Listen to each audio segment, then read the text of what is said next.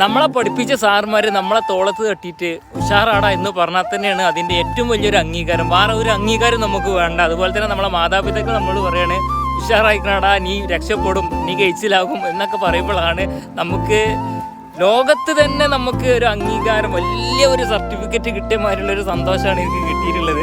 ഏതായാലും ഇതിനും വലിയ സർട്ടിഫിക്കറ്റ് എനിക്ക് ഇനി എവിടുന്നും കിട്ടാനില്ല. ഒരുപാട് സർട്ടിഫിക്കറ്റും കാര്യങ്ങളൊക്കെ കിട്ടിയിട്ടുണ്ട്. ഇതിന് ഏറ്റവും വലിയ സർട്ടിഫിക്കറ്റാണ് ഇന്ന് വന്ന 3 വ്യക്തികൾ തന്നിട്ടുണ്ടായിരുന്നത്.